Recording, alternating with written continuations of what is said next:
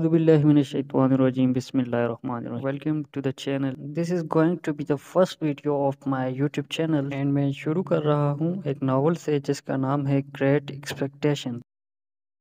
क्योंकि मेरी भी इस चैनल से उम्मीदें बहुत बड़ी हैं तो ये स्टोरी मुझे बहुत अच्छी लगी है, इसलिए शुरुआत करते हैं ग्रेट एक्सपेक्टेशन से। ये नॉवल लिखा है विक्टोरियन नॉवेलिस्ट चार्ल्स डिकेंस ने। चार्ल्स डिकेंस के बारे में थोड़ा सा हम एक ओवरव्यू देख लेते हैं। वो 1812 में पैदा हुए और 1870 में उनकी वफ़ात हुई। चार्ल्स डिकेंस ने अपने नॉवेल्स के अंदर अपनी एज की बहुत बेहतरीन तरीके से रिप्रेजेंटेशन की है। उसने अपने नॉवल के अंदर सोशल इश्यूज़ को सामने लाया है। वो एक तरह का सोशल रिफॉर्मर की तौर पे एक्ट करता है।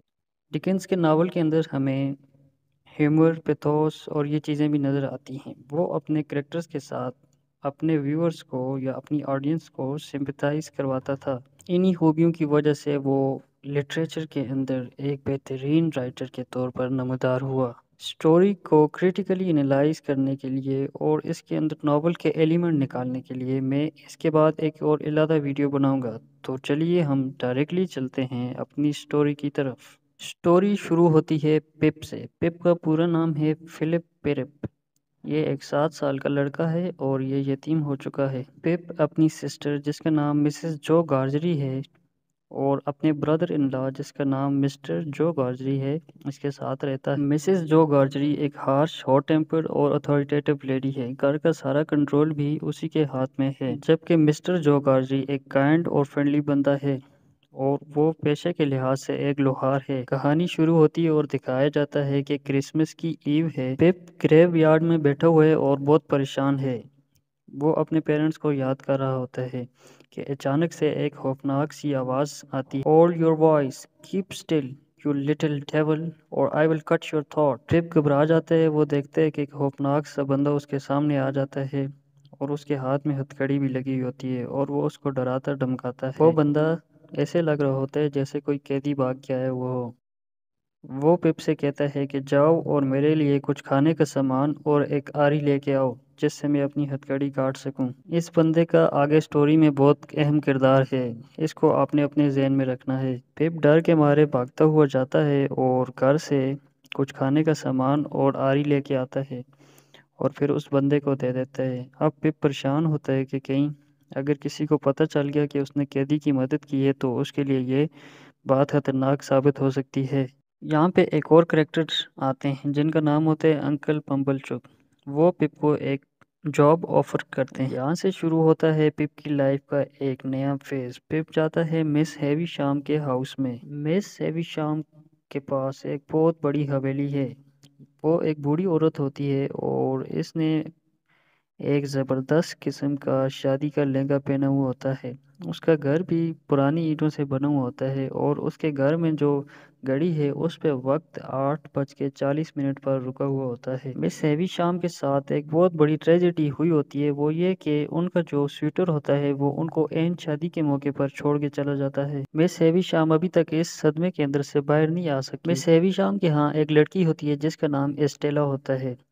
एस्टेला को देखते ही पिप के दिल के अंदर उसके लिए प्यार जाग जाता है, मगर वो कभी भी स्टेला के सामने इस बात को अप्रूव नहीं करता कि वो उसको चाहता है। स्टेला जो होती है वो मिस हैवी शाम की औलाद नहीं होती बल्कि एक एडॉप्टेड डॉटर होती है। स्टेला बहुत ही खूबसूरत होती है और उसके अंदर प्राइड भी खूबसूरती के साथ उतना ही ज़्यादा होता है। उसके नज़र में पिप एक रस्टिक सा बॉय होता है और वो उसको ज़्यादा फोकस नहीं करती। बहरहाल कहानी चलती है और एक खबर आती है कि मिसेस जो गार्जी पर किसी ने हमला कर लिया है और अब बिटी नाम की एक करेक्टर मिसेस जो गार्जरी की केयर टेकर के तौर पर सामने आती है। पिप अपनी सिस्टर को देखने के लिए जाता है और वहाँ पे उसकी मुलाकात मिस्टर जैगलर से होती है।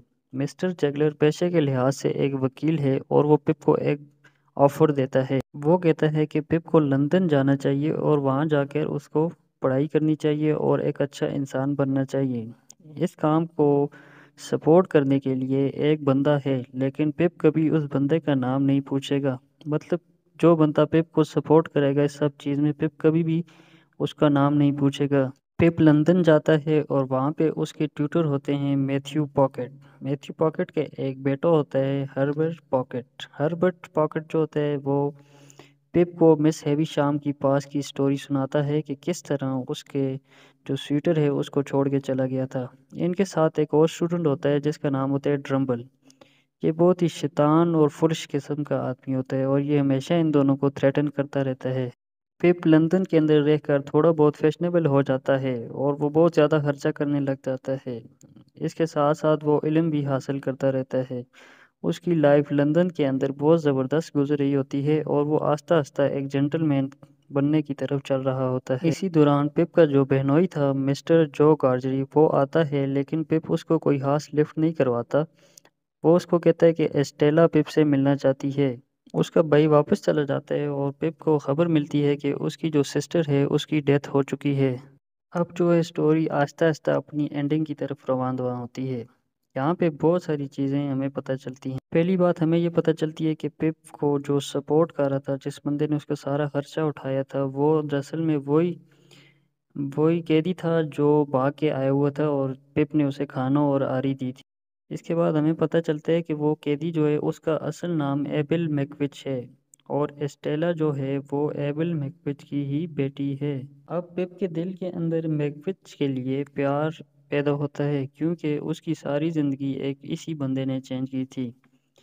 یہاں پہ پپ کو پتہ چلتا ہے کہ میکوچ کا ایک بہت بڑا دشمن ہے جس کا نام ہے کمپیسن، اور یہ کمپیسن وہی بندہ ہے جس نے مس ہیوی شام کو دھوکہ دیا تھا۔ یہ ساری باتیں جاننے کے بعد پپ جاتا ہے مس ہیوی شام سے ملنے کے لیے، لیکن اسی دوران ایک بہت بڑا حادثہ ہو جاتا ہے جس میں مس ہیوی شام کا جو گھر ہوتا ہے اس میں آگ لگ جاتی ہے۔ یہاں پہ سٹوری کے اندر بہت بڑا سیڈ پوائنٹ ہوتا ہے۔ اب پپ سوچتا ہے کہ کیوں نہ وہ جا کے ایسٹیلا سے بولے کہ وہ اس سے پیار کرتا ہے اور اسے اپنی زندگی کا ساتھی بنا لے، لیکن پپ کو یہاں پہ پتہ چلتا ہے کہ ایسٹیلا نے آلریڈی ٹرمپل کے ساتھ شادی کر لی ہوتی ہے۔ اب پپ سوچتا ہے کہ ایسٹیلا تو چلی گئی ہے، کیوں نہ بیٹی سے ہی شادی کی جائے۔ بیٹی وہ لڑکی ہوتی ہے جو اس کی بہن کی کیئر ٹیکر ہوتی ہے، لیکن جب وہ اپنے گھر واپس جاتا ہے تو اس کو پتہ چلتا ہے کہ جو گارجری نے بیٹی کے ساتھ آلریڈی شادی کر لی ہے۔ اب پپ بالکل اکیلا رہ جاتا ہے اور اس کی زندگی میں بہت زیادہ غم ہوتا ہے۔ اب پپ سوچتا ہے کہ جس طرح میکبیتھ نے اس کی پوری زندگی بدل کے رکھ دی ہے، اس کی قسمت چینج کر دی ہے، کیوں نہ وہ میکبیتھ کی ہیلپ کرے اور اس کے دشمن سے اس کو بچائے۔ وہ ایک پلان بناتا ہے کہ میکبیتھ کو آسٹریلیا بھگا دیا جائے تاکہ اس کی زندگی وہاں پہ سیف ہو، لیکن جب وہ اس کو بھگا رہا ہوتا ہے تو اسی وقت وہاں پہ کمپیسن آ جاتا ہے اور ان دونوں کے درمیان ایک زبردست قسم کی لڑائی شروع ہو جاتی ہے۔ اسی لڑائی کے دوران کمپیسن کی ڈیتھ ہو جاتی ہے اور میکبیتھ جو ہوتے وہ بہت شدید زخمی ہو جاتا ہے اور انہی زخموں کے ساتھ اس کی کچھ دنوں کے بعد ڈیتھ ہو جاتی ہے۔ یہ سب چیزیں دیکھتے ہوئے پپ شدید بیمار پڑ جاتا ہے، لیکن اس کا وہی ساتھی جس کو اس نے اگنور کیا ہوتا ہے مسٹر جو گارجری اس کی عیادت کے لیے ہمیشہ حاضر رہتا ہے۔ اب پپ کو اپنی غلطیوں کا احساس ہوتا ہے کہ اس کا اصل جو دوست ہے وہ یہی جو گارجری ہے اور وہ اس کے ساتھ بہت پیار سے برتاؤ کرتا ہے۔ اسی طرح وقت گزرتا جاتا ہے، پپ دوبارہ پلان بناتا ہے کہ لندن کو جایا جائے۔ جب وہ لندن پہنچتا ہے تو اسے پتہ چلتا ہے کہ ایسٹیلا اب ویڈو ہو چکی ہے۔ یہاں میں معلوم ہوتا ہے کہ پپ کے دل کے اندر ہمیشہ ایسٹیلا کے لیے پیار رہا ہے اور وہ ایسٹیلا کو ایک بار پھر سے پرپوز کرتا ہے جسے وہ ایکسیپٹ کر لیتی ہے۔ اس کے بعد پپ اور ایسٹیلا کی شادی ہو جاتی ہے اور اس طرح سٹوری ہیپیلی اینڈ ہو جاتی ہے۔ اگر آپ کو یہ ویڈیو پسند آئی ہے تو اس کو لائک کریں اور چینل کو سبسکرائب کر دیں۔ اگر کسی پوائنٹ کی سمجھ نہ آئی ہو یا کسی اور ناول کا آپ کو اس طرح سے سٹوری جاننی ہو تو کمنٹ باکس کے اندر مینشن کر دیں۔ Thanks for watching this video. اللہ حافظ۔